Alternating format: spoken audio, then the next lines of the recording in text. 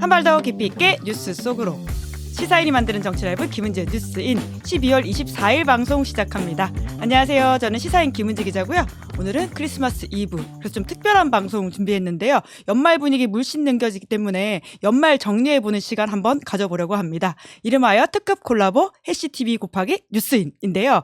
연말에 여러 가지 시상식 많이 하는데 언론 비평 문화가 유독 빠져있다라는 느낌이 들어서요. 이 세 분과 함께 언론 이야기 그리고 막간에는 영화 이야기까지 해보려고 합니다. 세 분 바로 인사드리겠습니다. 안녕하세요. 안녕하세요. 네, 해시TV 원장님을 맡고 계시는 정준희 교수님이시고요.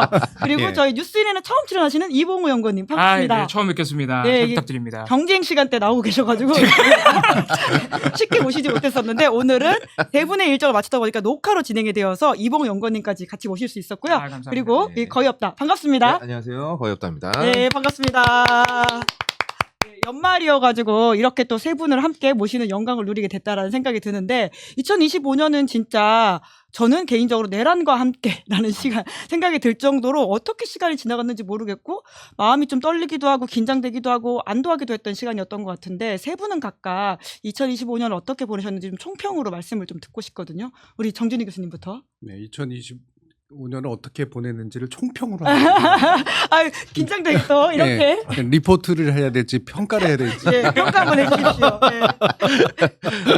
어떻습니까? 한 줄로 뭐 보통은 사자성어 이야기를 많이 하던데요. 예. 뭐 교수신문의 이야기를 가지고 오는 게 적절한지 모르겠지만 뭐 음. 변동이 많았다고 하면서 변동불거 변동불거. 예, 이런 그렇죠. 이야기도 하더라고요. 예, 저희가 그게 노무현재단에서 원래 그 얘기를 하려고 원래 원고상으로 있었는데 그게 빠졌었는데 그때 저는 변동불거는 별로 마음에 들지 않는다. 구사일생이다. 뭐. 그러시죠. 예. 그리고 죽은 가운데서 살 길을 찾는다라는 또 그런 뜻이 또 있어야 다른 것에. 예. 그래서 구사일생 일생이 10번 중에 이제 9번 죽을 뻔하다가 한 번 산다 뭐 정도의 확률을 얘기하는 건데 저는 그 한 번이 확률이 낮았다는 거는 아닌 것 같고요. 살 길을 찾아냈다 쪽에 더 가까워요. 진짜 우리가 겨우 예. 예, 진짜 다 같이 진짜 그런 말씀 들으니까 2025년이 얼마나 우리한테 더 큰 해였는지라는 생각이 좀 들긴 하네요. 네. 예, 뭐 덕분에 또 같이 이렇게 이겨냈다라는 생각이 들긴 하는데 아직 갈 길이 멉니다. 우리 이봉우 연구원님도 한 줄 평해 주신다면요? 아니 이게 또 제가 잘 모르는 사자성어로 앞에서 시작해버리셔가지고 굉장히 난감한 제 계획이 없던 일인데 굳이 사자성어로 하신다면 이거 비속어 아닙니다. 내란 직후에 예. 한 신부님께서 예. 윤석열의 이 준동에 대해 딱 사자성어로 표현하신 게 있습니다. 예. 네. 지랄 발광이. 아, 네, 이거 비속어가 아니에요. 예, 예. 신부님께서 쓰신 거고 심지어 그 신부님이 교수님께서 진행하시는 방송에 나오셔가지고 예. 인터뷰도 했습니다. 그 용어로. 그렇기 때문에 비속어가 아니고 그래서 비속어가 아니에요? 그럼요. 신부님이 말하고 교수님도 함께 그걸 동조해 주셨으니까 그거는 이제 비속어가 아니고. 권위주의에 호소하는 거지. 아 그럼요. 그 신부님이면 그 신부님의 권위면 권위주의자가 돼도 좋습니다. 왜냐면은 그 저 내란 세력들의 네. 그 발광이 음. 지금도 이어지고 있다 사실상. 예. 심지어는 요새는 사법부도 내란 수습에 과연 의지가 있는 것이냐 이런 네. 지적까지 받고 있는 상황이라 아직 우리 신부님의 1년 전 그 사자성어가 여전히 유효하다 이런 생각도 듭니다. 네, 굉장히 긴급하게 사자성어 준비하신 것 치고는 네, 순발력이 좋으셨다라는 생각이 드는데 지랄 발광이 사자성어가 되는군요. 본인 주장에 따르면 제가 한 건 아니니까. 제가 한 거 아니니까. 야. 네, 사자성어에 안 얽매이셔도 돼요. 아, 예. 예, 거역자님. 아, 많이 굉장히 당황하신 당황하신 거죠. 지금. 굳이 맞추려고 하다가 무리수를 하실 필요는 없다. 힘든 한 해였죠. 아, 저는 이제 뭐 사자성어 안 하겠습니다. 뭐. 예. 좀 저 재미나이한테 찾아달라고 하긴 했는데 제 마음에 드는 게 없고요. 저는 올해는 첫 댓글의 중요성이 다시 한번 지금 우리가 대답하는 것만 봐도 교수님이 앞에서 질러버리니까 아 주섬주섬 막 사자성어 막 꺼내잖아요. 막 몇 개 들어있지도 않은 거 막 꺼내잖아. 근데 내란이 진압되고 나서 국민들이 직접 나서 목숨 걸고 진압하고 나서 첫 댓글이 무엇이냐가 조금 어긋난 것 같다라는 생각은 들어요. 예, 우리가 원하는 방향대로 그렇게 빠르고 강하게 진압하지 못했다라는 생각이 들고 그거는 첫 댓글을 사법부에서 달아서가 아닐까라는 생각이 듭니다. 하지만 그럼에도 불구하고 뭐 이제 주식 우상향처럼 저는 주식을 믿습니다. 예. 코스피 5천 예, 시대. 코스피를 믿어요 저는. 예. 안 되기만 해봐라 아주. 그냥. 우상향처럼 결국은 옳은 방향으로 갈 거라고 믿어요. 믿는데 기다림에 좀 지친다. 라는 생각은 좀 듭니다. 네, 2026년에 첫 댓글도 잘 달아주실 거라고 세 분과 함께 믿어보면서 그러면 잘 정리해야지. 첫 댓글, 첫 투자. 첫 투자. 첫 투자. 뭐 첫 여자 뭐 이런 거 다 중요합니다. 네. 역시 처음이 중요한 거야. 네. 들어오기 직전까지 주식을 만들고 있었거든요.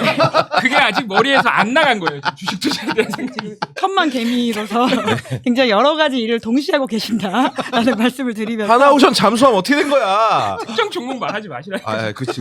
네, 투자는 개인의 책임이라는 말씀을 다시금 드리면서 자, 2026년 첫 댓글 잘 달아보려면 2025년 잘 마무리해야 될 것 같다라는 생각이 들어가지고요. 언론계로 가보도록 하겠습니다.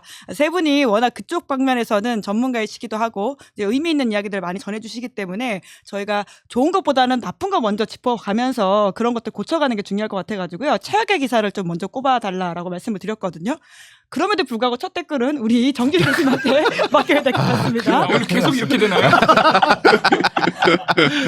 네, 교수님의 건의에 제가 저도 같이 묻어가도록 하겠습니다. 건의를 약간 낮추려고 먼저 말하면, 아까 하나오션 얘기하니까 대왕고래가 생각이 나서. 그렇네요. 그런 일도 있었네요.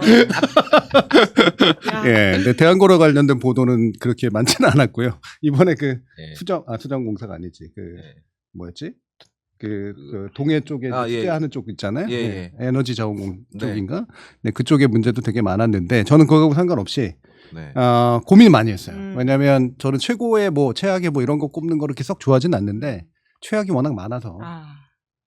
근데 그 중에 이제 다른 두 분이 왠지 딴 거 할 것 같아서 저는 디스패치의 조진웅 보도 꼽았습니다. 야, 진짜 이거는 연말 뜨거웠죠. 네, 이게 쓸데없는 논쟁을 불러일으킨 것도 문제지만 애초에 이거는 보도를 하지 말았어야 될 사안이었다. 그러니까 저는 이게 내용 자체가 보도를 하면 안 된다는 건 아니고요. 조진웅 씨에 관련된 보도를 하게 된 계기가 뭐였느냐라는 거고 그 계기로 잡았던 문헌이 원래는 노출되지 말았어야 될 문헌일 텐데 차라리 예를 들면 주변의 사람들의 어떤 증언이라든가 이런 거였으면 모르겠는데 그 문헌이 원래는 나오지 말았어야 될 문헌에 근거를 둔 게 거의 확실하잖아요. 그래서 지금 수사도 들어가 있는 거고요. 저는 이 부분은 우리나라 언론계에 있어서 굉장히 중요한 문제를 불러일으킨 그런 사안이라고 생각을 합니다.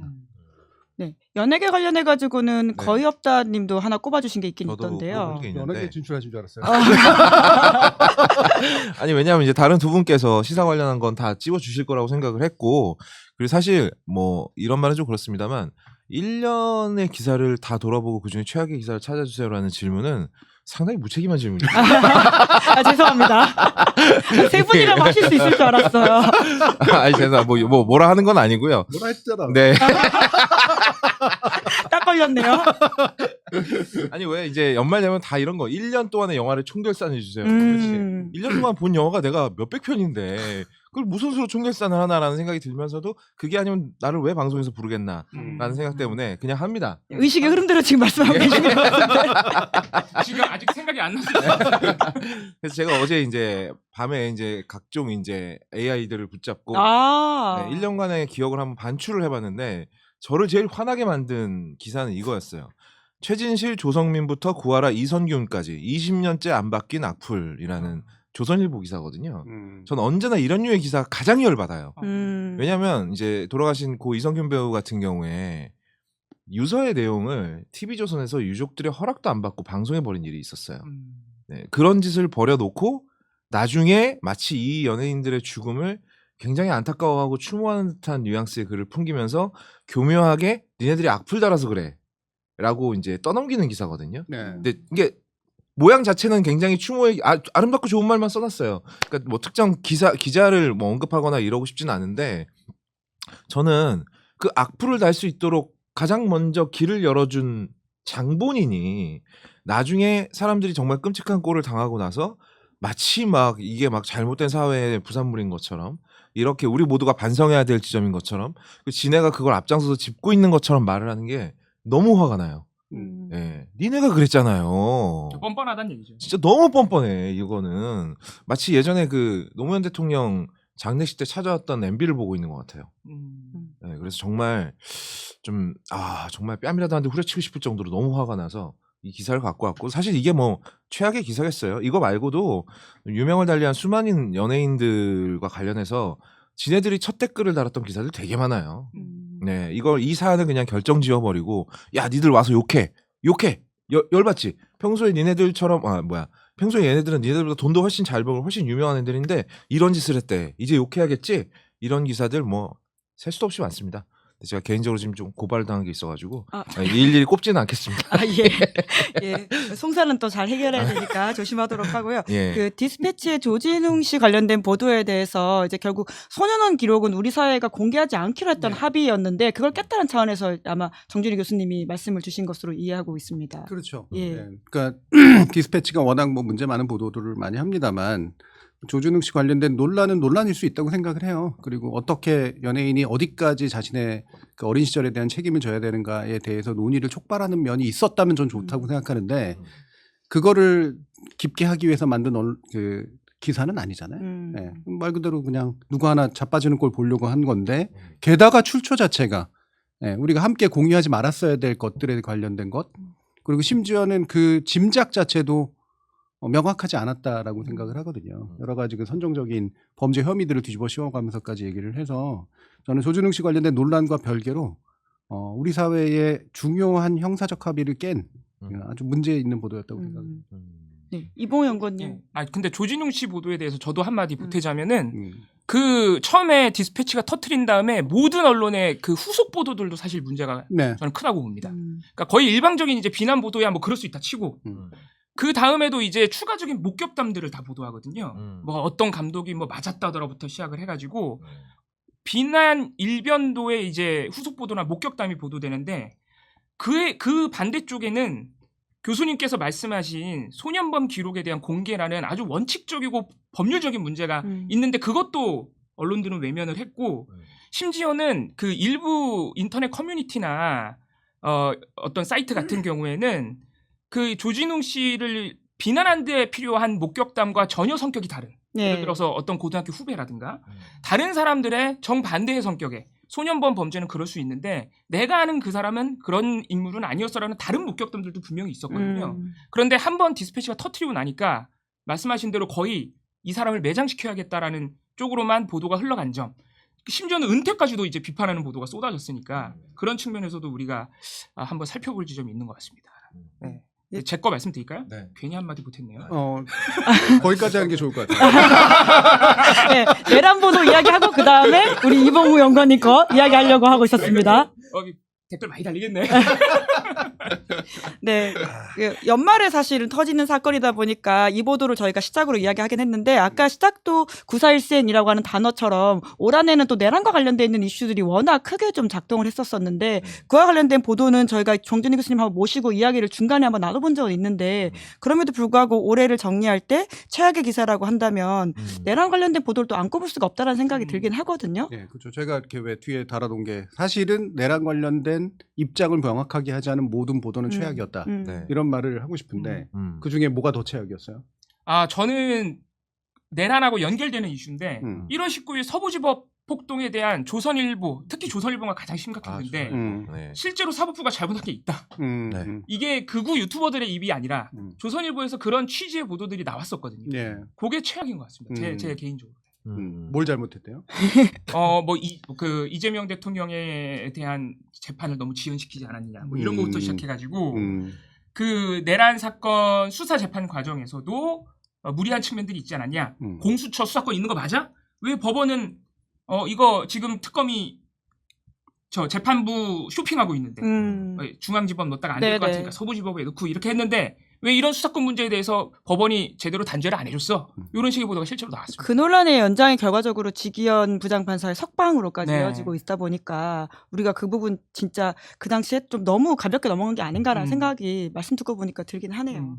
네. 그리고 내란 관련돼서는 뭐 잊을 수 없는 5대3 보도 사실 내란이기보다 정확하게는 탄핵 선고 이제 국면이었었는데 그거를 또 거의 없다님이 꼽아주셨더라고요.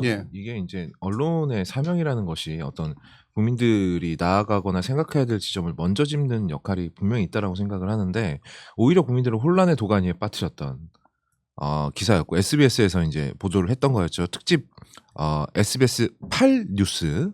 네, 여기서 이제 지금 현재 재판관들 사이에서 5대3 데드락 뭐 교착 중이다. 그리고 앞으로도 결론이 안 날 것이다. 결론을 안 내고 있는 게 아니라 못 내고 있다라는 내용의 보도를 한 적이 있었죠. 저는 개인적으로 이제 이때 한창 방송을 열심히 하고 있었는데 그 정말 피를 말렸어요. 매주 한 주 한 주가 지나갈 때마다 그 MBC 라디오 생방송을 하고 있었는데 도대체 오늘은 무슨 얘기를 해야 되냐. 왜냐면 온 국민들 관심이 여기 쏠려 있는 상황이었거든요.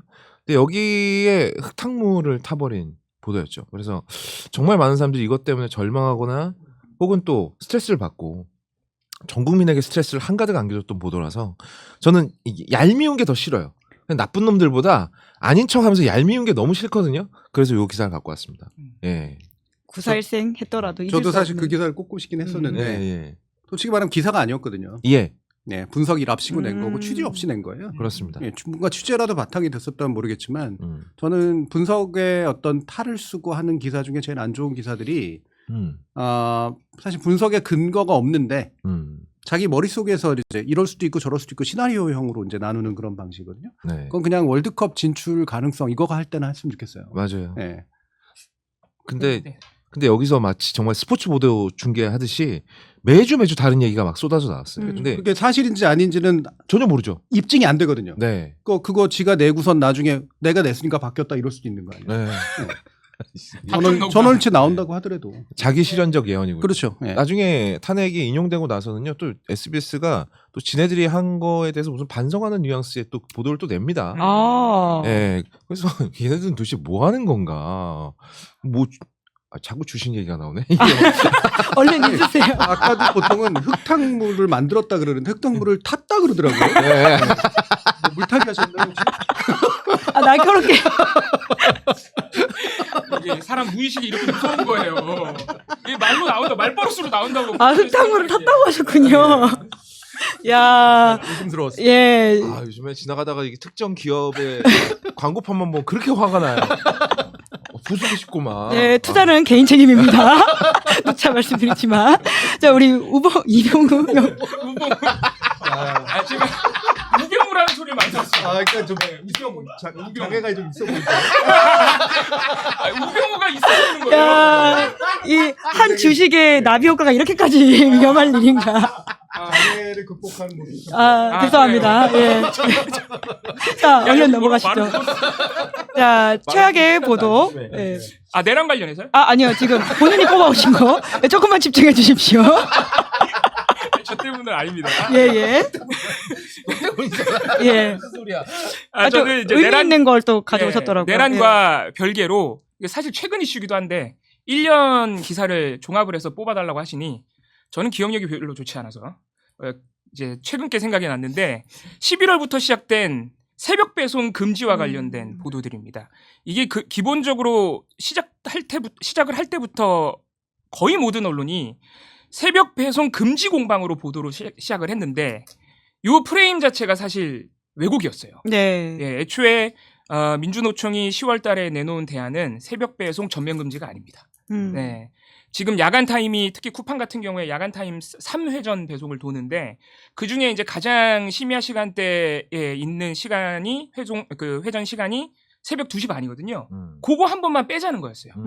그 새벽 시간대 회전 때문에 너무 사고가 많이 나고 과로가 가중되니까. 근데 애초에 언론사들이 이 논의를 보도를 시작할 때 새벽 배송 전면 금지인 것처럼 보도를 시작을 했고 이렇게 사안의 어떤 틀지움 자체를 잘못해버려서 오해를 불러일으키는 것 자체가 또 언론의 막강한 영향력 중에 하나잖아요. 그래서 그거를 대표적으로 보여주는 사례인데다가 자기네가 틀을 그렇게 지워놓고 이제 나오는 많은 보도들을 그 안에서 보도하면서 오해를 더 강화시키는 거죠. 그래서 새벽 배송 전면 금지하면 소비자들도 불편하고 심지어 택배기사들도 엄청 싫어해. 새벽 배송 하고 싶어해. 택배기사들도. 이런 식의 보도가 쭉 이어지면서 논의 자체가 지금 이제는 완전히 헝클어져 버렸습니다. 심지어 이거는 사람이 죽고 사는 문제인데도 많은 사람들이 새벽 배송하면 나 너무 좋은데? 안 하면 안 되는데 이런 식으로 지금 인식이 돼버렸거든요. 사람 죽는 문제가 아니라. 그런 측면에서 연말에 나온 보도들 중에 특히 노동 보도들 중에선 최악이 아닌가 싶습니다. 관련해서 이제 경향신문에서 좋은 기사들이 많이 나왔거든요. 그러니까 쿠팡 제가 저도 이제 기억력이 오래가지 않기 때문에 어제 이제 각종 AI들과 씨름하면서 경향신문에 들어가서 본 기사들인데 새벽 시간에 노동하는 노동자들에 대해서 심층 취재한 기사들이 되게 많아요. 뭐 쿠팡 잔혹사라든지 쿠팡에서 일하는 노동자들이 왜 그렇게 속절없이 많이 죽어가야 했는가에 대해서 정말 좋은 보도들이 많이 나왔거든요. 이런 쪽으로 사회적인 합의나 논의가 가야 되는데 지금 방금 봉우리가 말한 기사 때문에 그냥 마치 새벽 배송 앞으로는 못 쓴다. 그래서 노동자도 돈을 못 벌게 된다라는 프레임이 완성이 됐고 봉우리 정확하게 말한 대로 그 프레임 안에서 싸우게 돼버렸어요. 그게 정말 최악의 결과를 불러일으켰다고 생각해요. 진짜로. 최악이라는 게 보통은 하나만 꼽는 거 아닌가요? 새벽 배송 금지라는 용어를 쓴 모든 보도를 하겠습니다. 새벽 배송 전면 금지. 여러분 보도량을 세어보시면 실제로 그런 보도가 많아요. 훨씬 많아요. 나보다 준비 안 하고 방송하는 친구 오랜만에 아니야. 특정 보도 2개 준비해왔는데 시간 관계상 세 분 다 많이 보내주시긴 하셨어요. 그래서 속도를 좀 내야 될 것 같다는 생각이 드는데 그 노동 보도를 사실 꼽아주셨다는 점에서 저는 이제 이봉 연구원님의 굉장히 의미가 있다는 생각이 드는데 좋은 보도도 노동 관련된 보도를 또 꼽아주셨더라고요. 그러니까 정확히는 기업 감시라는 차원이긴 할 텐데 맞습니다. 연관되는 것 같습니다. 네, 이거 노동 보도이기도 하고 우리 시사인 보도이기도 하고. 그래서 처음으로 첫 댓글을 달도록 제가 드렸습니다. 누군가를 할 줄 알았어요. 그래서 시사인과 안 가죠. 아니 이게 안 겹치는 안 배려. 되잖아. 이게 제가 저도 고르면서 걱정이 된 게 교수님이 이 보도를 이미 한번 극찬을 하셨어요. 네, 그래가지고 교수님이 한번 다른 방송에서 극찬을 하셨기 때문에 안 가져올 것 같았어요. 훌륭하십니다. 네, 여러분 저는 시사인 7년차 구독자입니다. 훌륭하십니다. 구독자로서 이 기사는 반드시 짚고 넘어갔습니다. 삼성 바이오로직스의 직원 개인정보 문건 유출 사태인데 정확하게는 인사팀의 문건이 그대로 다 유출이 된 거고요. 삼성에서는 이거 어차피 직원들 쓰는 내부망에서 유출된 거라 유출이 아니다라고 주장하기도 했지만 직원들 쓰는 내부망에 유출이 됐으니까 그게 유출된 겁니다. 그리고 직원들한테 유출되면 이게 누구한테 갈지 모르는 거잖아요. 그런 문제부터 시작해서 문건 내용을 봤더니 시사인이 열심히 파봤더니 이게 사실상 노조 사찰, 노조 탄압, 심지어는 심리 상담을 받은 직원을 징계하려고 준비를 하고 있는 문건에 그 직원의 상담 내용이 다 들어가 있다거나 이런 치명적인 사찰, 개인정보 유출, 민감정보 유출, 노조 탄압 정황들이 다 들어가 있었다. 더 심각하게는 이 삼성 바이오로직스 인사팀의 문건을 뭐 이런 사람들은 징계할게요. 또 이런 노조 조합원 또는 노조 도와준 사람들은 징계할게요. 뭐 이런 어떤 부적절한 인사 계획을 모기업인 삼성전자의 과거 미전실에다가 보고한 정황까지 있다. 이거 우리가 2017년에 국정농단 청문회 이런 거 하면서 이제 삼성도 이재용이 기소되고 뭐 감옥도 갔다 오고 하면서 미전실 업체에서 없어진 줄 알았던 삼성의 이 폐단이 폐악질이 지금도 계속되고 있다. 이런 내용입니다. 그 요 보도 나왔을 때 오히려 그 이재용 회장의 아들이 해군에 가서 가족들과 함께 뭔가 세레모니를 했다라는 보도들이 엄청 많이 나오고 이거는 사실은 받아쓰는 곳이 그렇게 많진 않았던 것 같다라는 기억도 나긴 하네요. 물타기 보도죠. 그래서 열심히 알려. 그런 보도들은 흙탕물 탄 거 맞기도 하네요. 나쁜 보도로 물을 탔으니까. 모든 물타기가 다 나쁜 건 아니에요. 가끔 본전을 할 수 있게 해주는 아주 그만하겠습니다. 네. 그리고 이제 꼽아오신 좋은 기사 우리 거의 없다님은 제가 이제 좀 기사라는 거를 접근하기 쉽게 어떻게 하면 좋을까? 지금 우리는 디지털 시대에 살고 있고 사람들이 전부 다 이제 지면으로 보지 않잖아요. 지면으로 기사 접하는 사람이 얼마나 되겠어요.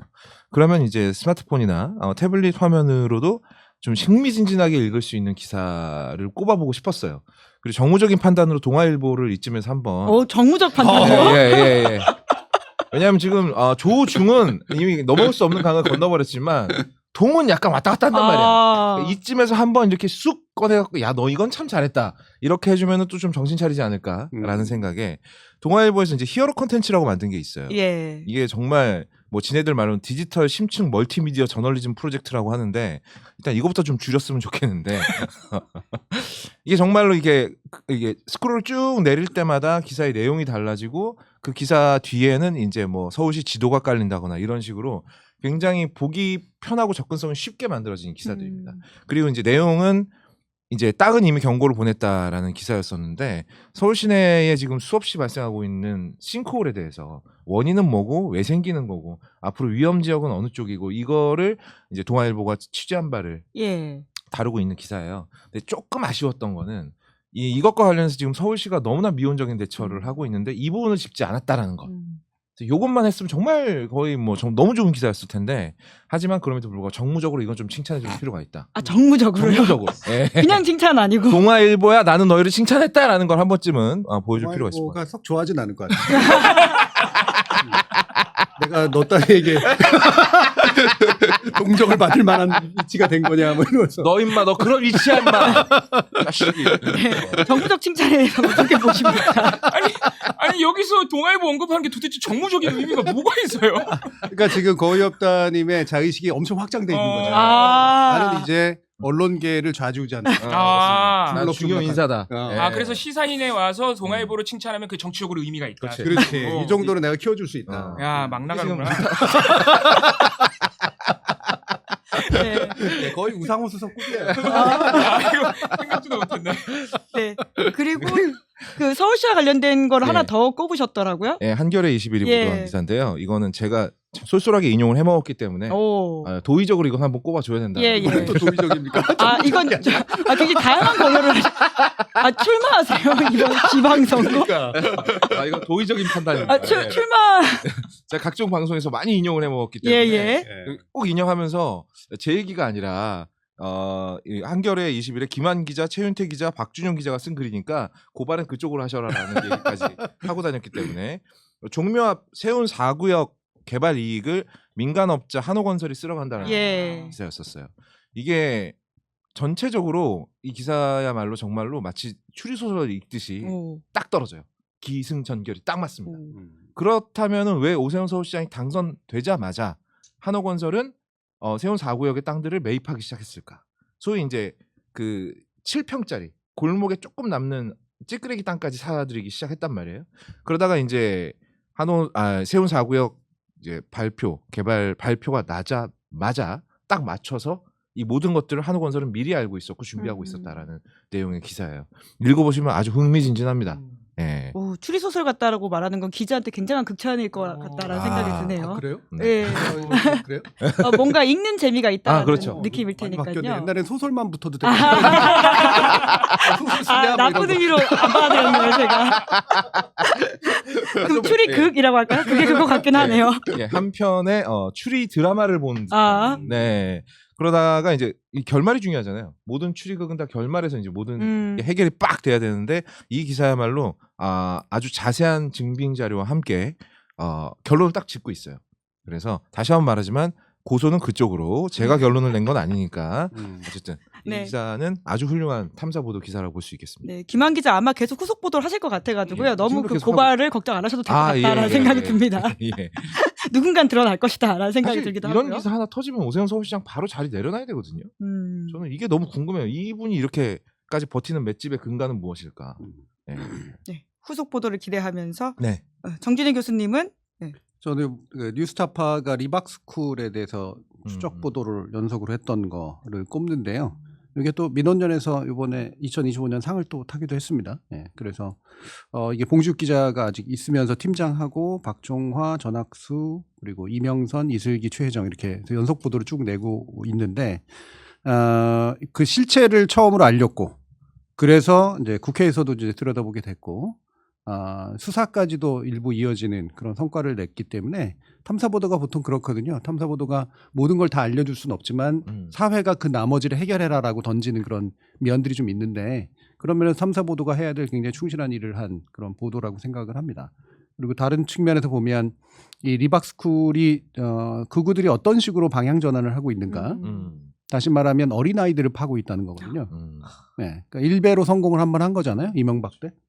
그래서 지금 이른바 2030의 극우화를 만들어낸 장본인들이 바로 그 시대에 만들어진 건데 지금은 아예 어린아이들부터 이제 시작을 하겠다라고 하는 것이고 저는 이게 보도가 되고 일부 수사가 됐다고 해가지고 멈출 거라고 생각하지 않거든요. 네. 그래서 이 부분이 저는 되게 중요한 보도였다고 생각을 합니다.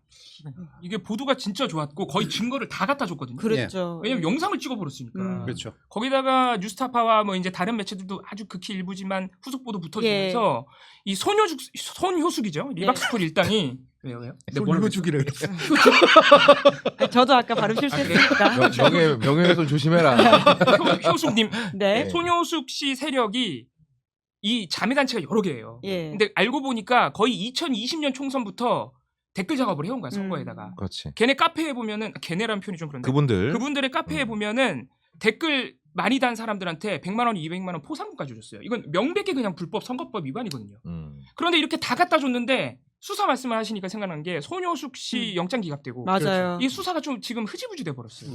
그런 측면에서 최근에 연말에 상도 많이 탔습니다 이 기사가. 그래서 다시 한번 좀 내년부터 한 번 더 파주는 그런 기사들이 좀 나왔으면 좋겠다 이런 생각도 좀 듭니다. 그러니까 이른바 드루킹 특검이 말들었던 정무적 파장 효과까지 생각해 보면, 그러니까요. 그 당시 문재인 정부가 받을 수밖에 없게 자꾸 압박들이 생겨났고 결국 받았더니 한 유력한 정치인이 이제 결국은 낙마하게 되는 일까지 만들어졌잖아요. 네. 근데 저는 그 실체도 사실은 제대로 밝혀졌다고 생각보다 안 드는데, 그런데 사실 그 이상의 문제들을 안고 있는, 이게 단순한 댓글 작업뿐만이 아니라 아예 체계적이고 조직적으로 국고까지 써버린, 어린아이들의 그 의식세계까지 침투해버리는 사건, 되게 포괄적인 사건인데 여기에 대해서 우리 사회가 이거는 뭔가 제대로 좀 밝혀야 돼 라고 하는 분위기가 안 만들어졌다는 것도 전 되게 아쉬워요. 그러니까요.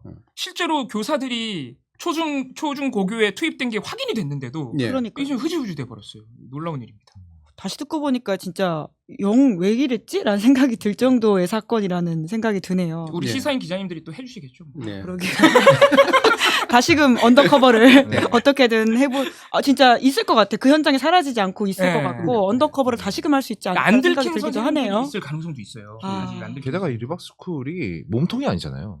뻗어나온 그렇죠. 가지 중에 하나이기 때문에 아직 우리는 몸통에 접근도 못한 상태란 말이에요. 그거 기독교가 분명히 몸통이고, 예.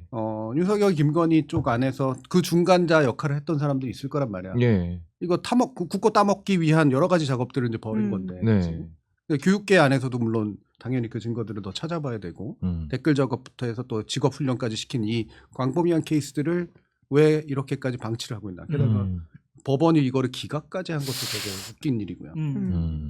네. 계속 좀 감시하도록 오늘 방송을 계기로 저희도 그렇고요. 언론계가 좀 더 이야기를 해야 된다라는 생각이 드네요. 그럼 언론계가 꼽은 2025년 사건으로 넘어가면 될 것 같은데 이봉우 연구원님 먼저 약간 연결이 되어 있는 것 같아요. 네. 이게 저는 꼽으신 게 완전히 개인적 취향에서 충격적이었던 사건인데 네. 사실 그냥 이렇게 그렇게 큰 화제가 된 사건은 아닐 수도 있어요.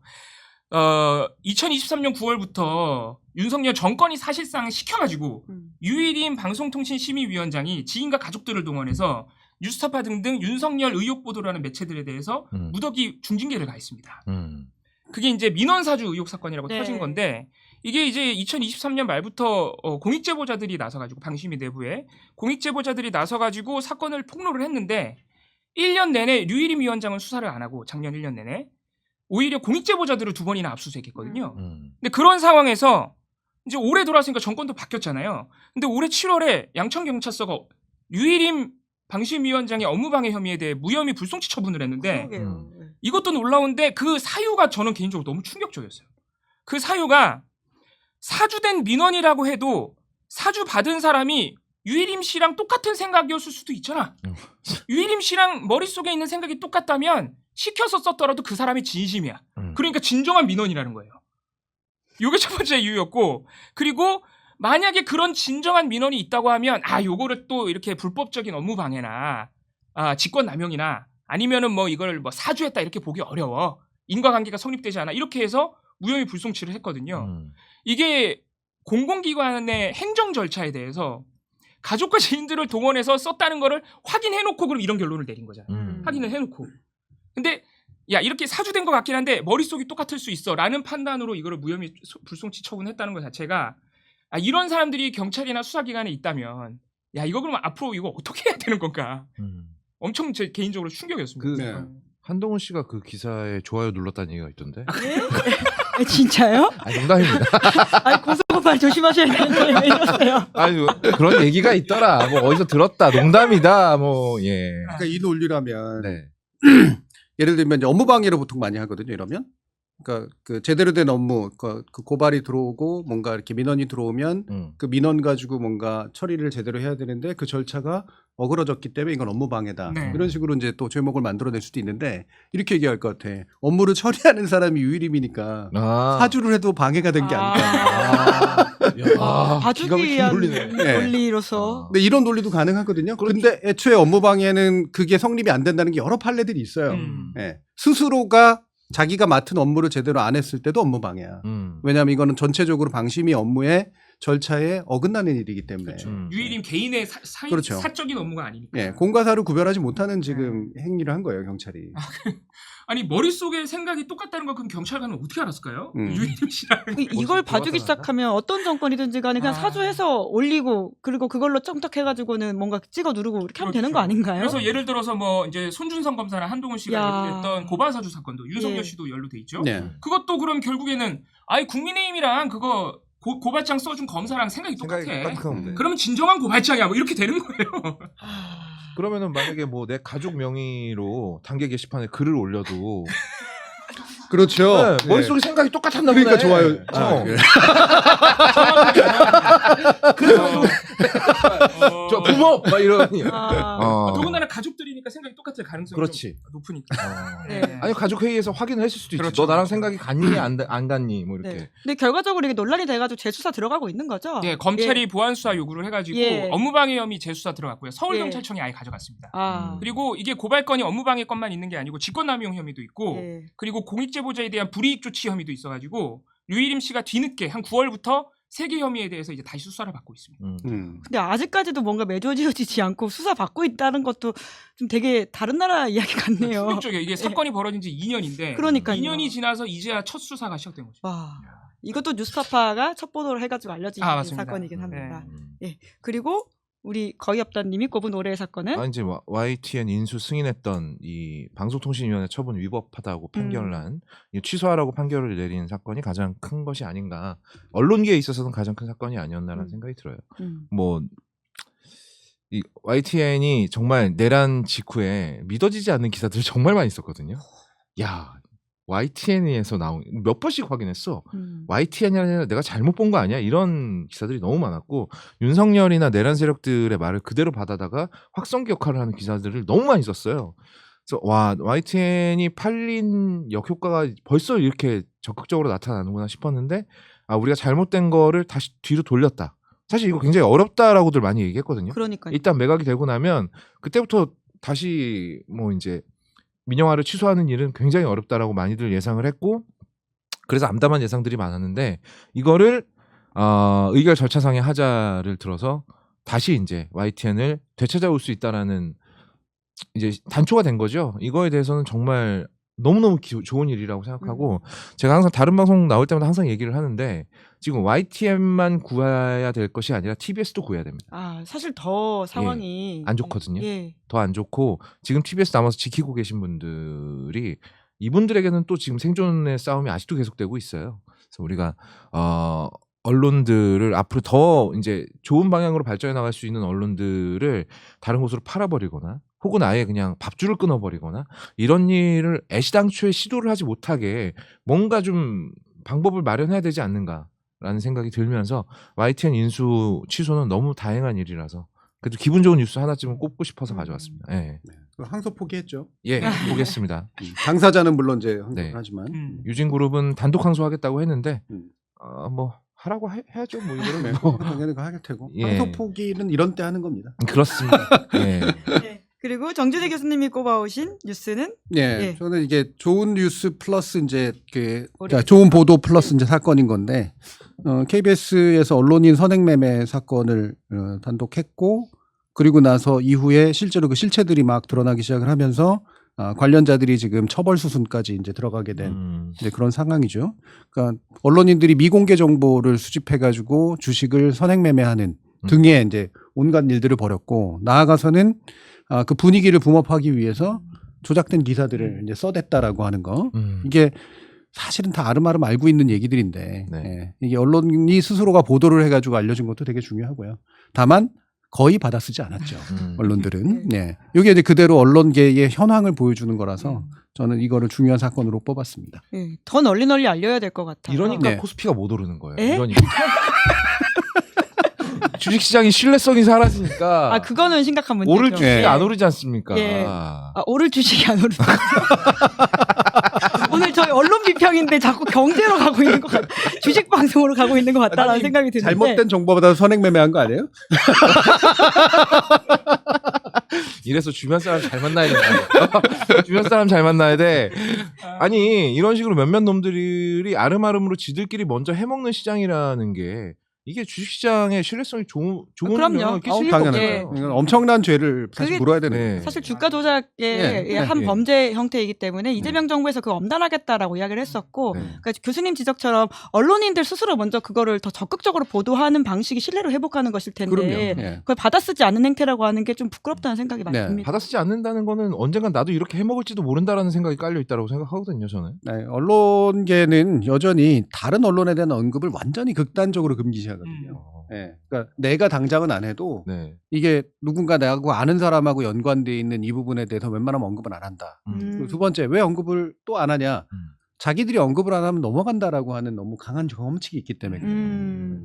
이제는 그런 시절도 아니긴 하죠. 그럼요. 언론이 쓰지 네. 않는다고 모르는 시절이 지나가 버렸기 때문에 다 아시는 분들은 아신다. 그리고 저희도 다시 한번 강조드리면서 언론인들의 선행매매와 관련된 있는 주가 조작 형태에 대해서는 계속 보도록 하겠다라는 말씀 드리겠습니다. 제가 이거 가지고 하나만 더 말씀드리면 더 많이 말씀하셔도 됩니다.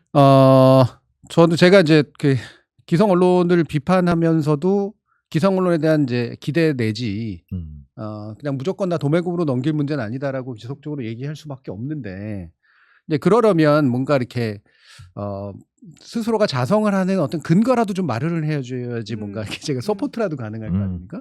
근데 저는 그게 몇 가지 중요한 계기들이 있었다고 봐요. 첫 번째는 내란이 일어나고 난 다음엔 이건 다 등을 돌리면 됐을 문제야. 윤석열 따위 버리면 되잖아요. 그럼. 네. 그 버리는 게 그렇게 어려워? 자기 버린다고 자기들 같이 죽는 거 아니거든요. 오히려 살구멍이 생기는 거지. 그런데 국힘이 그걸 못 버리니까 자기들도 못 버리는 상태가 만들어지잖아요. 예, 법원이 지금 같은 일을 벌이면 법원을 준엄하게 꾸짖어서 법원조차 움직이게 만들면 영향력이 확인이 되는 거거든요. 예. 잃어가고 있는 영향력을 그렇게 확인하면 돼요. 세 번째, 이런 일들이 벌어진다 그러면 굉장히 막 달라붙어가지고 우리가 정말 잘못한 부분들이 분명히 있는 것 같다. 이거 절대 못하게 하겠다라고 했을 때 기성 언론이 그래도 조금이라도 믿을 만한 구석이 있구나라고 여지를 남겨줄 수 있단 말이야. 이렇게 자신들이 살아갈 수 있는 구사 일생할 수 있는 구멍들이 몇 개 열렸는데 그것들을 절대 살리지 않는다는 거예요. 이게 망하고 있다라고 하는 전형적인 증거라는 겁니다. 구사일생에 기회가 왔는데도 걷어차버렸다. 아픈 이야기네요. 야, 정신 차리고 정말 2026년을 맞이해야 되겠다라는 생각이 듭니다. 잠깐 광고하고 가겠습니다. 여러분, 무조건 써야 하는 인터넷, 휴대폰, 정수기 렌탈, 의외로 매월 나가는 요금 부담스러우시죠? 여러분의 부담을 줄이기 위해서 비교원이 최대 108만 원의 혜택을 준비했습니다. 인터넷 TV 신규 가입 시에 48만 원, 인터넷 가입과 함께 휴대폰 통신사 변경 시 최대 30만 원, 정수기 렌탈 시 최대 30만 원, 추가로 시사일 채널 시청자라고 말씀하고 상담 후 가입하시면요. 비밀 혜택도 있다고 하니까 놓치지 마십시오. 함께할수록 더 큰 혜택, 본인 가입 후 지인 추천 시 추천할 때마다 최대 8만 원 모바일 상품권 드립니다. 자세한 내용은 1670-2571로 상담받으시거나 네이버에서 비교원을 검색하시면 됩니다. 아니 왜 아직도 3년간 같은 통신사 인터넷 계속 쓰고 계세요? 인터넷 비교 원할 땐 인터넷 가입 서경석도 인터넷 가입을 원할 땐 비교원. 그리고 이제 해시TV에는 언론 비평만 있는 게 아니라 이제 영화 관련된 이야기도 하고 있는데요. 그래서 오늘은 저희도 영화 정거장이라는 코너를 만들어서 막판에는 영화 이야기도 좀 해보려고 하거든요. 그러니까 세 분이 꼽은 올해의 영화가 있다면 좀 궁금하고요. 그 덕분에 연말 마무리하실 때 연휴 추천 콘텐츠로 보시면 어떨까라는 생각이 들기도 합니다. 자, 이 분야에서는 거의 없다님이 시작을 하시는 게 좋지 않을까라는 생각이 든데요. 첫 댓글. 네, 저는 일단 정무적으로. 오늘 정무적 분담 많이 하시네요. 영화진흥원 이런 데 가요? 영화진흥원은 저의 존재를 부정하고 있습니다. 우린 쟤 몰라요라는 스탠스를 계속 내보이고 있고요. 어쨌든 올해 이제 제가 또 가장 많이 듣는 말이 이거예요. 올해 이 영화만은 놓치지 마시라. 라는 영화를 뭐 탑 10을 뽑아달라. 예.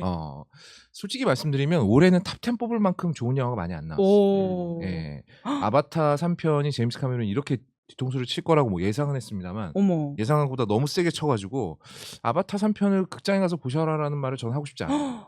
3시간 16분은 너무 긴데 너무 예. 재미가 없거든요. 와. 그래서 못 가겠네 영화. 네. 그래서 올해 개봉했던 영화들 중에 요거 3편만 보고 넘어가면 그래도 올해 중요한 영화는 다 봤다라고 말씀드릴 수 있을 만한 영화들 3편을 뽑아왔어요. 시너스 죄인들이라는 영화. 오. 일단 라이언 쿠글러 감독이 만든 원래 이제 블랙팬서를 만들었던 감독입니다. 근데 저분이 지금까지 헐리우드에서 사용됐던 흑인 문화와 흑인들의 역할들을 가지고 영화 한 편 싹 다 담았어요. 이게 불가능한 일이거든요. 근데 그걸 했어요. 오. 근데 심지어 그 영화가 재밌어. 그렇다면 이 영화는 무조건 보셔야 한다. 그리고 아마 제 생각에 올해 아카데미에서 가장 각광받는 영화 중에 하나가 될 거예요. 음악상은 그냥 뭐 따놓은 당상이다라고 보고요. 그리고 박찬욱 감독이 만든 어쩔 수가 없다.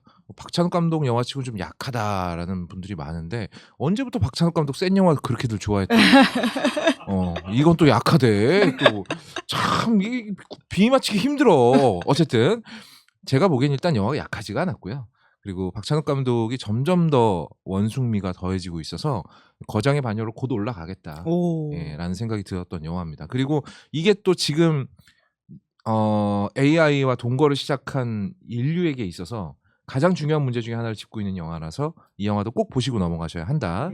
그리고 이거는 이제 뭐 전 세계적으로 저는 이제 이 영화가 이미 클래식의 반열에 올라갔다고 생각하는데 One Battle After Another라는 폴 토마스 앤더슨 감독의 영화인데요. 이 영화는 일단 워너브 브라더스가 이 영화 때문에 1억 달러의 손해를 봤습니다. 망했죠. 네, 망했는데 그럼에도 불구하고 흥행적인 면 생각하지 마시고 이 영화는 앞으로 인생을 내가 어떻게 살아야 될까라는 질문에 대해서 어느 정도 한 답의 한 조각 정도는 보여주고 있는 영화라고 생각해요. 굉장히 다른 사람처럼 지금 한 13분을 말씀하신 것 같아요. 앞에 보였던 분 굉장히 다른 분인 것 같아요. 그 앞에도 좀 달랐어요. 평소보다. 시작 전에 저희가 좀 반성을 했었어야 됐는데. TV보다 더 열심히 해오네. 쪽팔릴까봐. 야, 신뢰가 확 가가지고 좀 다 봐야 될 것 같다는 생각이 드네요. 뭐 본 영화도 있긴 하지만. 영화 근데 세 분의 추천작이 좀 겹치긴 하더라고요. 이제 올해 아무래도 이 영화가 겹친다는 의미에서는 가장 주목작과 화제작이 아니었을까라는 생각이 드는데 이봉우 연구원님 연이어서 예. 제가 겹쳐요. 예. 저는 2월달에 개봉한 봉준호 감독의 미키 17 예. 그리고 9월에 개봉한 박찬욱 감독의 어쩔 수가 없다를 꼽았는데 일단 저는 영화를 그렇게 많이 보는 사람이 아닌데도 1년 안에 봉준호, 박찬욱의 영화를 다 봤다는 게 그것도 개봉작을 그게 일단 제 개인적으로 되게 신기한 일이었고 영화 전공에서 해야 되니까 본 거잖아. 아니었으면 안 봤을 거잖아. 여기 시사인은 그런 거 몰라요. 해시TV 효과 아까 구독자 다 안다고 아까 교수님이 말씀하셨는데 시사인 구독자들은 몰라 그런 거. 겹칠 거라고 생각은 안 하시고요. 그래서 줄 맞네 이거. 정신 차려. 네. 모른 척하고 다 들으시는 걸로. 그러니까요. 예. 이 두 거장이 1년 안에 영화를 내줬다. 개봉작으로 제가 이걸 또 다 보게 됐다라는 것도 첫 경험이었고. 그리고 또 뭐 원래 이 두 감독이 그렇지만은 이 노동의 문제 또는 계급의 문제를 굉장히 위트있으면서도 너무너무 날카롭게 조금은 기분 나쁠 정도로 그렇게 그려주는 두 감독의 스타일이 또 잘 드러난 데다가 저는 뭐 이 두 감독이 워낙 유명해서 여러 평가가 있지만 저는 너무 재밌었어요 두 개 다. 그렇기 때문에 만약에 못 보신 분들이 있다면 연말에 보셔도 충분히 후회 없을 것이다 이런 생각이 듭니다. 봉준호 감독은 약간 여유가 생겼어요. 나는 감독으로서의 어떤 금자탑에 가까운 업적을 쌓았기 때문에 이제 진짜 내가 만들고 싶은 것만 만든다. 상도 많이 받고. 그에 반해서 박찬욱 감독은 굉장히 의식을 한 듯한 부분들이 그래요? 굉장히 많았죠. 이 영화로 내가 상을 좀 받아야겠다. 그러려면 이런 장면이 필요하다. 혹은 그러려면 이 정도의 수위 조절이 필요하다 싶은 장면이 많은데 뭐 그것도 나쁘지 않고요. 일단 기본적으로 뭐 본인들의 스타일이나 뭐 개성에 방해를 끼칠 정도는 아니었기 때문에. 하지만 미키 세븐틴보다는 저는 어쩔 수가 없다가 올해는 더 나았다라고 생각합니다. 그래서 저도 어쩔 수가 없다고. 와, 이게 세 명이 다 꼽았구나. 예. 이게 이제 지금 어떻게 묘하게 이렇게 구성이 됐는데 거엄님이 깐 첫 댓글 3개, 그다음에 이봉우 활동가 깐 2개가 있고 제가 이제 하나가 딱 3개가 겹치는 게 어쩔 수가 없다. 그러네요. 이거거든요. 근데 저는 미키 세븐틴을 어쩔 수가 없다에 비해서는 꼽을 수가 없었어요. 왜냐하면 이건 봉준호 감독의 최선을 다한 게 아니라는 생각이 굉장히 많이 들었기 때문에. 야, 봉준호 감독 이렇게 까는 방송이 있나요?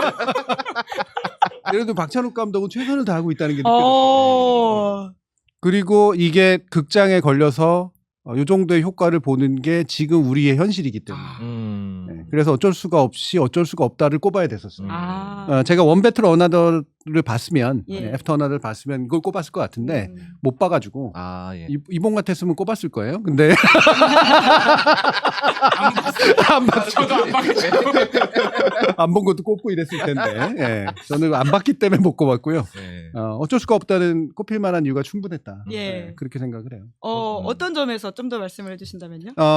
그 박찬욱 감독이 보여줄 수 있는 여러 가지 형태들 잘하시는 부분이 있는데 저는 요번에는 잘하는 것들을 다 모아놨다고 생각을 하거든요. 한쪽으로 너무 쫙 달려가지 않고 가족에 대한 이야기, 노동에 대한 이야기, 계급에 대한 이야기, 그리고 AI라든가 시대 변화에 관련된 이야기, 그러니까 사회성과 개인의 관심이라고 하는 것들을 적절한 선에서 쫙 모아놨거든요. 그래서 이 정도면은 극장에서 볼만하잖아. 극장의 시대가 아무리 저물었다고 하더라도 극장에서 봐야 되거든요. 예를 들면 제가 제일 좋아하는 씬 중에 하나인 그 고추잠 자리 씬. 예. 이거는 큰 화면에서 큰 사운드로 그걸 들어야 예, 오히려 그 좁은 공간에서의 막막함이 느껴지거든요. 근데 저는 이거 OTT로 봐서는 절대로 느낄 수 없는 감성이라고 생각이 들어요. 예. 그런데 사람들 OTT를 기다리고 있겠죠. 큰일이야. 예. 재개봉해야 되나요? 영화관에서 볼 수만 있는 어떤 그 장면의 재현이라고 하는 게 있다는 말씀이시죠? 제가 봤을 때 아카데미에서 뭔가 성과가 나온다고 하면은 재개봉할 수도 있다. 외국어 영화상 후보군에 올라갔으니까. 네. 근데 초창기에 별점 테러는 왜 있었던 거라고 보세요? 박찬욱 감독이 예전 내란과 관련해서 그리고 이성균 배우 이제 돌아가셨을 때도 그렇고 리더를 잘 뽑아야 된다라는 인터뷰도 여러 번 하셨고 그리고 스트레스 받을 때 어떤 영상을 보나요라고 했을 때 윤석열이 실수한 영상들 같은 거 보는 거 재밌다라고 얘기를 하셨거든요. 그러니까 이분도 그래. 왜 솔직하다라는 의미에서요? 약간 나랑 비슷한 것 같아요, 이분이. 그래서 TV에서 그 얘기를 하셨었잖아요. 네. 댓글이 이상한 게 붙은 게 그런 얘기 한 적 없다고 모르는 소리 한다고 막 네, 그랬는데 그거 왜 나는 그 댓글이 왜 붙었을까가 되게 궁금해요. 네. 그러니까 실제로 얘기했고 네. 그리고 뭐 예를 들면 일부 디테일에서 혹시라도 틀린 부분 자기가 생각하는 건 틀린 부분이 있다고 하더라도 그걸 왜 바닥바닥 거기다가 당신이 잘못 알고 있는 거라고 붙였을까? 나는 그 적개심이 되게 이해가 안 갔어요. 근데 그 적개심이 거꾸로 뒤집으면 저는 댓글 테러하고 연결이 돼 있다고 봐요. 그렇네요. 네. 이런 정치적인 어떤 상황이라고 하는 게 영화에 대한 태도까지 연결된다. 이 본의 아니게 또 이 주제가 이어지는데 여기도 첫 댓글의 중요성이에요. 예. 그러니까 처음에 영화가 개봉을 하고 나서 이제 평점 사이트라든지 아니면 포털의 첫 댓글, 첫 댓글의 중요성이 여기서도 드러납니다. 그러니까 처음에 내가 제일 먼저 가서 보고 하는데 박찬욱 영화 치고는 약해. 재미없는데 이거 왜 재밌다고 하는 거야라는 댓글이 엄청나게 많이 달렸거든요. 그리고 뭐 거의 없다가 잘 모르면서 떠든다라고 저 따라다니면서 다니는 댓글 똑같은 내용으로 계속 다는 사람이 그래요? 몇 명 있어요. 네. 근데 저는 그분들의 댓글을 안 봐요. 안타깝지만. 그래서 제가 얘기했지만 네. 근데 저는 그 참 안타까운 게 선점 효과잖아요. 네. 근데 요즘은 OTT도 워낙 많으니까 네. OTT 선점 효과도 있어요. 그러니까 죽어라고 이제 넷플릭스나 이런 데서는 깜도 안 되는 걸 올려주잖아. 네. 그러니까 처음에 이게 많이 보지 않으면 이 뒤에 롱테일이라는 게 없다는 게 이번엔 거의 증명이 됐어. 시간이 지나면 그래도 사람들이 본다가 아니거든요. 네. 처음에 며칠간에 보고 안 되면 그냥 끝나는 거야. 근데 OTT는 그래도 그 비용이 그러니까 내가 지불해야 될 비용이 적은 편이잖아요. 그렇죠. 근데 극장은 비용이 많다고 비싸기도 하고 시간도 들기도 하고 극장 잡아야 되고 이러니까 그러니까 예전에 비해서 선점 효과가 훨씬 더 강해졌어요. 네. 그래서 아무리 좋은 평론가들이나 아니면 뭐 거업님 같은 분들이 야 이거 정말 좋습니다 보세요라고 해도 그게 몇 개에서 내가 혹시라도 내 돈 아까우면 어떡하지? 이런 생각이 들기 때문에 안 가. 그럼 극장수가 확 줄어들거든. 그렇죠. 그럼 저처럼 원배틀 애프터 어나더 보고 싶어도 못 가. 한 2주 지나면 못 봐 이제. 그러니까 극장에서 뭔가를 봐야겠다라고 생각하는 것들을 죽여버리는 일들이 저는 되게 조직적으로 일어나고 있다고 생각해요. 오늘 이야기가 다 연결되네요. 리박스쿨 이야기로 다시 연결될 수도 있다는 생각이 들고요. 굉장히 처음 말씀하셨던 첫 댓글의 중요성이라고 하는 것이 진짜 좀 생각해봐야 될 주제구나라는 생각이 듭니다. 개인적으로 좀 억울한 게 그러니까 평소에 저를 누구도 뭐 그럴 필요도 없지만 평론가로 인정하지 않고 저도 제가 평론가라고 얘기하고 다닌 적이 없어요. 저는 영화 많이 보는 그냥 유튜버일 뿐입니다라고 말씀을 드리거든요. 근데 꼭 영화 추천하잖아요. 그럼 이 평론가들 말을 믿을 수 없대. 나 평론가 아니라며. 갑자기 또 그럴 때는 나를 평론가로 불러주네. 고맙게. 추천하신 영화 3편을 보시면서 한번 비교해보면 어떨까라는 생각이 드네요. 아마 다 재밌을 것 같다는 생각이 들거든요. 다 재밌습니다. 예. 예. 자, 그러면 벌써 시간이 이렇게 되었는데 이야기를 나누다 보니까 2025년이 좀 그려지는 것 같다는 생각이 들어요. 잊고 있었던 사건들이 다시 좀 떠오르기도 하고 아 맞다 우리 그때 그랬었지. 근데 진짜 94일생에서 여기까지 왔구나라는 생각이 드는데요. 이제 올해 안에 마무리하면서 저희 이제 시민분들도 사실 진짜 많이 울고 웃었던 적은 별로 없는 것 같은데 많이 울었던 것 같고 마음 졸였던 것 같은데 그런 분들한테 또 위로가 되는 방송도 해주셨고 말씀도 많이 해주셨던 것 같은데 한 해 마무리하면서도 이야기를 좀 전해주시면 좋을 것 같습니다. 우리 거의 없던님부터 쭉 이렇게 이야기하면서 마무리해 보겠습니다. 내란 당일날이 생각이 나요. 저는 시사인 하면 딱 떠오르는 가장 먼저 떠오르는 이미지는 그거예요. 내란 당일날 김은지 기자 방송을 켰었죠. 그때 표정을 잊을 수가 없어요. 이제 그 당시에 방송하고 있던 채널들이 몇 개 있었습니다. 몇 개 있었고 또 이제 급하게 걸어모아가지고 방송을 켜신 분들도 있었는데 뭐 다른 뭐 사장 어쩌고 저쩌고 하는 방송에서는 이제 화를 냈죠. 이건 내란이다. 빨리 달려가서 막아야 된다라고 얘기를 했고 근데 그에 반해서 이제 김은지 기자는 굉장히 그 앞으로 얼마나 끔찍한 일이 벌어질까라는 생각 때문에 눈에 눈물이 그렁그렁했었어요. 아직도 기억이 납니다. 바깥에서 해서 그런 건 아니고요. 뭐 그건 잘 모르겠습니다. 추웠거든. 맞아.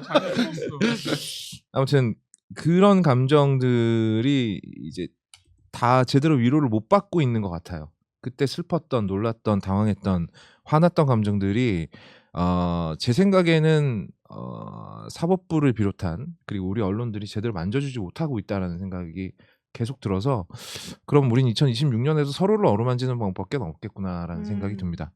시사인도 많이 사랑해 주시고 그리고 우리 시민 언론이라든지 그리고 독립 언론들도 많이 사랑해 주시고 그리고 지금 너무 힘들어하고 있는 TBS나 YTN 노조들에게도 관심을 기울여 주시고 결국 관심이라는 건 한정된 자원이기 때문에 여기 입다만큼 쓰면 다 소진됩니다. 그러니까 연예 기사 같은 거 너무 많이 보시고 뭐 이러지 마시고 정말 우리 사회가 어떻게 돌아가고 있는지에 대해서 관심 많이 가져주셨으면 좋겠고 또 정준이 해시TV에도 많은 사랑과 관심 그리고 후원을 바라고요. 그리고 저희가 이렇게 오늘 3명이 다 와서 한판 놀았으니까 김은지 기자도 저희 해시TV 한판 나와줘야 되지 않을까. 불러주시면 가야죠. 예, 라는 생각이 듭니다. 어쨌든 누구 뺄까요? 이랬는데 안 불러. 김은지 기자님이면 제가 황희도님이면 이렇게 싸우려고 그래요. 김은지 기자님이면 빠져요. 아닙니다. 이런 어쩔 수가 없다. 이런 거 안 됩니다. 예, 안 됩니다. 예, 그리고 무엇보다 건강 유의하시기 바라겠습니다. 우리 오래 살아야 됩니다. 아유. 예. 네, 뭐 저도 비슷한 말씀 드리고 싶은 게 이게 연말인데도 내란 수습도 잘 안 되고 뭐 국정농단 진상규명도 잘 안 되는 것 같아서 뉴스들의 스트레스 받으시는 분들이 많은 것 같아요. 근데 그럴 때일수록 좋은 기사를 보면 됩니다. 네, 그냥 단순히 복잡하고 화나는 현실을 받아쓰는 언론 기사나 아니면 내 감정을 분노로 자극하는 그런 기사들보다는 우리 시사인을 보시면 이 현실이 정확하게 어떤 현실인지 이거를 정확하게 객관적으로 감정적인 게 아니라 객관적으로 쉽게 알려줍니다. 이 시사인 같은 주간지 기사 그래서 좋아요. 좀 길지만 이게 단순히 현상을 그냥 탁 사진처럼 찍어 보여주는 게 아니라 그 내막과 맥락과 이런 것들을 알기 쉽게 알려주기 때문에 그런 좋은 기사를 보면서 또 대안도 제시해 주니까 나도 좀 생각을 해보면서 감정을 차분하게 가라앉히고 상황을 좀 더 정확하게 바라볼 수 있습니다. 그래서 시사인 많이 봐주시고 시사인만 있는 거 아니죠. 저 뉴스타파도 많이 봐주시고 이런 좋은 언론 기사들을 찾아서 보시는 연말연초가 되셨으면 좋겠습니다. 네, 너무 지나치게 정무적이라는 느낌이 오늘 가장 정무적이셨던 분이 너무 좀 인위적이잖아요. 너무. 아니에요. 난 시사인 구독자야. 처음 첫 댓글에 그랬잖아. 이분들이 참 많이 컸다. 네, 여기저기 와가지고 어디서 듣기 좋은 말 이런 거 참 잘하는 분들이 됐다. 옛날에 참 천방지축이었는데 그 시절이 그립다. 뭐 이런 생각을 하고 저는 그래서 달리 얘기할 텐데 지금 겨울이라서뿐만은 아니라 당분간 한파가 몰려올 겁니다. 경제적으로도 그렇게 쉽지 않고요. 그리고 우리가 2017년에서 2018년으로 넘어가는 그 첫 탄핵의 과정에서도 느꼈겠지만 광장에 그 많은 사람들이 모였을 때 그 많은 사람들의 의지가 어디선가 이렇게 다 실현이 되지 않으면 그 모일 때 이전보다도 더 심한 약간의 실망감, 좌절감 이런 거에 빠지게 될 가능성이 굉장히 높아요. 그래서 저는 그 한파가 몰려올 것이다라고 하는 것에 대해 누구나 다 생각을 좀 했으면 좋겠어요. 당연히 지금 유튜브 시사 유튜브라든가 이런 뭐 조그만한 언론사들이 겪고 있게 될 어려움 더 커질 겁니다. 왜? 왜냐하면 그 내란 특수가 사라지거든요. 네. 그럼 그 과정을 어떻게 또 견뎌낼 것인가라고 하는 문제가 올 건데, 그래서 훈풍을 어떻게 불게 할 것인가의 문제에 대해서 다 같이 고민을 해야 되고, 그 훈풍이 불어야 다 같이 행복해지는 그런 사회가 생길 거라는 것이죠. 저는 이렇게 뭔가 이렇게 혼란이 생겼던 이후에 사태가 정리가 되면 크게 두 가지 방향으로 정리가 일어나는데요. 하나는 옥석이 가려지는 방향. 네. 그 혼란했던 상황 중에서도 누가 정말 괜찮은 사람이고, 어떤 집단이 믿을 만한 집단이고, 어떤 언론이 좀 더 괜찮고, 이런 식의 것들이 좀 가려지고 나머지가 버려지는, 이게 이제 되게 바람직한 결과물이고요. 근데 상당히 많은 부분은 그냥 양달과 응달이 갈려져요.